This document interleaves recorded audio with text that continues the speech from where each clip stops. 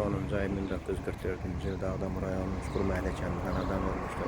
16-7. ay 1993. yılda Ağdam uğrunda gedən döyüşlərdə şəhid, qəhrəmancasına şəhid olmuştur. Allah rəhmət eləsin. Ruhu şad, məkanı cənnət olsun. Değerli şehit ailelerimiz, Evet, hürmetli gazilerimiz, her birinizi səmimi qəlbdən, könül xoşluğuyla, zikretten salamlayırıq. Hoş gördük her birinizin növbəti alın tədbirimizdə. Əziz və değerli adamlarımız, şükürlər olsun Allah'ın bu gününe. Artık Ağdamımıza qovuşmuş Ağdamlı adamlarımız. Son 2 ayda ardışık olarak keçirdiğimiz anı tədbirlərimizin gayesini, məqsəd və məramını odlar yurdu Azərbaycanımız, hələlik bir tərəfdən bövləşmiş vətənimiz, bu Azərbaycan və bu vətən uğrunda canlarını qurban vermiş şəhidlərimiz təşkil edirsə, mütləq şəkildə gərək ki, tədbirlərimizi ya Azərbaycan, ya vətən, ya da ki şəhidlərimizə aid müdürlük, müqəddəs kəlamlarla başlayır.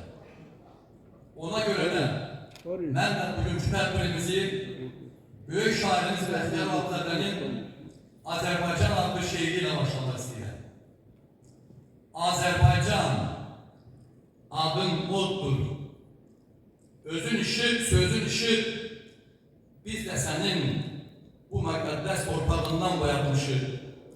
Sən bizim bu dünyada məsləkimiz, amalımız, yolumuza ışık saçsın, ulduzumuz, hilalımız, nəfəsimiz, Ulu Qorqud dədəmizin öz nəfəsi, mahnımızda yaşar bizim babaların addım səsi.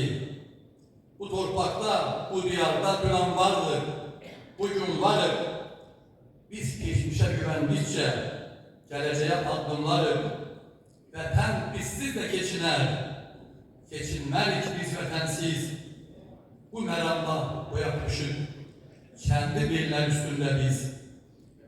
Şəhidlərin qanı ilə yoğrulubdur torpağımız, qəlbimizdə dalgalanır öz üç rəngli bayrağımız. Qardaşlıqdır şuarımız, biz həmişə əl tutanıq. Düşmən bizə əl uzatsa, düşmənliyi unudanıq. Könlümüzdə bir vahiddir, güneyimiz, kuzeyimiz. Vətən bizim namusumuz, biz vətənik, vətənlə biz.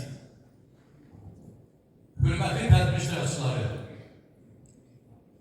bəşər övladı olan insanın qanun, canlı his və duyğularla zəngindir. Ən ali his və duyğu isə vətən eşqidir, vətən duyğusudur. Əsl insan, təmiz vətəndaş üçün isə vətəndən şirin heç nə yoxdur. Əzizim, vətən yaxşı, giyməyə kəpən yaxşı, qürbət yer, cənnət olsa, yenə də vətən yaxşı söyləyən, sinəsi inci sözləri dünşəsi olan nənələrimiz, babalarımız, vətənə gəldim, imana gəldim, gözsüz yaşamaq olar vətənsiz yox, deyən atalarımız, könlümün sevgili məhbubu mənim, vətənimdir, vətənimdir, vətənim deyən şairimiz də bu şirinliyi duymuş, vətənin bir qarşını, dışını, qüvvətin 100 baharından yaxşı bilmişlər. Vətən isə onda vətəndir ki, ulularımızın bizə əmanət verib etdikləri bu vətənin sahibi olur. Vətən isə onda vətəndir ki, onun qaradaşı olmaq istəyən vətəndaşı var. Vətən onda vətəndir ki, onun torpağı uğrunda canından keçməyə hazır olub, o torpağı vətən edən igid oğulları var. Ulularımız müqəddəs torpaq kimi bizə belə bir misranı da əmanət qoyub getmişlər. Sahipsiz bir ulusun batması haqdır. Sən sahip olursan, bu vətən batmayacaqdır. Vətənpərvər şairimiz Xəlilzə Ulutürk demişkən, vətəndaş olmasa o şehit vətən 5 günlük, 3 günlük güney qarıdır. Vətən məhfumunun arxasındakı vətənin vüqarlı oğullarıdır. Hörmətli tədbir iştirakçıları, milletin əzəməti, vüqar və qüruru onun hər bir nümayəndəsində, hər bir vətəndaşında öz əksini tapmalıdır. Çox fəxr edirik ki, tarix sübut edir ki, Azərbaycan övladlarının əzəməti, vüqar və qüruru, fədakatlıqları, qəhrəmanlıqları üçün mizan tərəzi, ölçü, içi, bir sözlə meylər yoxdur. Bunu ən yeni tariximizin hadisələri də dönə-dönə təsdiqləmişdir. Xalqımızın tarixində ən böyük və hünər qəhrəmanlıqlar məsləhətdən torpaq, millət, dövlət namını edilmişdir. Məlum ki, 1988-ci ildən yurdumuza Ermənistan tərəfindən müharibə toxumu səpildi. Və bu hadisələrin ilk günlərindən erməni işğalçılarının Azərbaycana qarşı başladıkları hərbi təcavüzlər, qarşı etiraz dalgasılar, hünəri və qəhrəmanlıqları da tariximizə his almış Ağdam oğulları qaldırdılar. Azərbaycanın ona sadiq övladları olaraq vətənimizin azadlıq və müstəqilliyi, torpaqlarımızın toxunulmazlığında şəhid oldular. Birinci Qarabağ müharibəsində Azərbaycan Respublikası Prezidentinin fərman və sərəncamları ilə Ağdamlılardan 16 nəfər Azərbaycanın milli qəhrəmanı kimi fəxri ada layiq görüldü. 22 nəfər Azərbaycan bayrağı ordeni ilə, 8 nəfər vətən uğrunda, 8 nəfər igidliyə görə, 22 nəfər isə hərbi xidmətlərə görə medalları ilə təltif edildi. Bu, Ağdamlı oğullarının vətənə, torpağa bağlılığından, vətəni torpağı sevməsi kimi, onu ana kimi qorumaq istəklə irəli gəlir.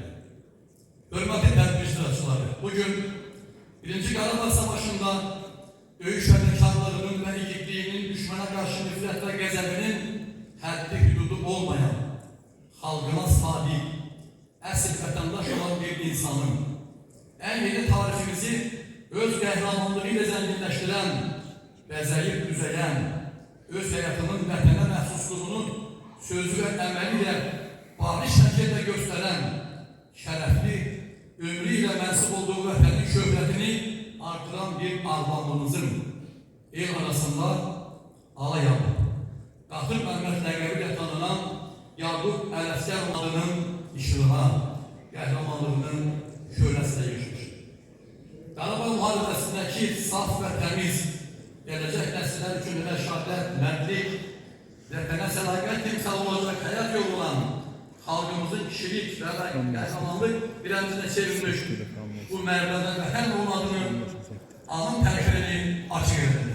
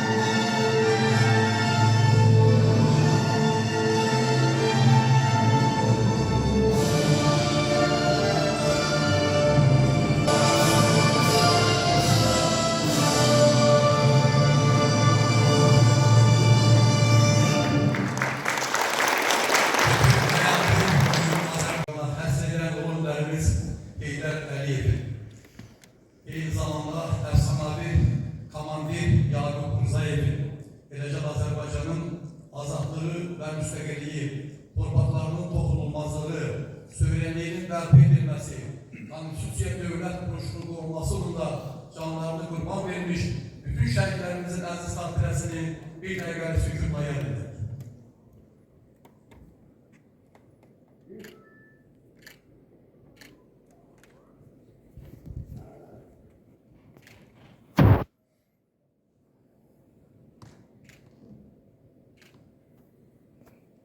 Allah ərazi bütövlüyündə canından keçirən və keçməyə hazır olan, lakin həyatdan şəhid kimi yox, qazi kimi köşən ilk oğullarımızın əziz və unutulmaz xatirələri ardında hər zaman əziz tutulur.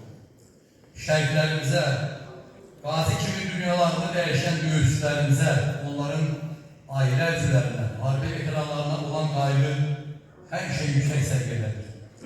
Rayon rəhbərliyinin şəhidlərimizin ailə üzvlərinə layıq qayğı ilə yanaşması, şəhidlərimizin uyuduğu qəbristanlıqların, onların xatirəsinə ucaldılmış abidələrin, parkların, bulaqların, xiyabanların abadlaşdırılması, yenilənməsi, əsaslı şəkildə təmir edilməsi bunun əyani sübutudur. Bütün bu işlərin təşəbbüskarı söz yox ki, Ağdam rayon icra hakimiyyətinin başçısı Cənab Vaqif Həsənovdur. Elə bugünkü bu möhtəşəm tədbirimizin də təşəbbüskarı, təşkilatçısı Vaqif müəllimdir. Bu xoş düşüncələri və əməlləri üçün gəlin onu alqışlayaq və çıxış üçün bir müqavilə. Çıxış edən rayon icra hakimiyyətinin başçısı Vaqif Həsənov və digər natiqlər Yaqub Mirzəyevin həyat yolundan, vətən uğrunda göstərdiyi qəhrəmanlıqlardan və Qarabağ döyüşlərindəki igidliyindən bəhs etmişlər. Onlar onun Qarabağ Şahinləri dəstəsinin yaradaraq Ağdamın müdafiəsində mühüm rol oynadığını, xalq arasında böyük nüfuz qazandığını qeyd etmişlər.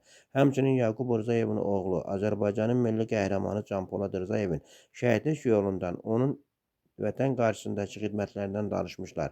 Sonda Yaqub Mirzəyevin ailə üzvləri çıxış edərək onlara göstərilən diqqət və qayğıya görə ölkə prezidenti cənab İlham Əliyevə və birinci vitse-prezident Mehriban xanım Əliyevə öz minnətdarlıqlarını bildirmişlər.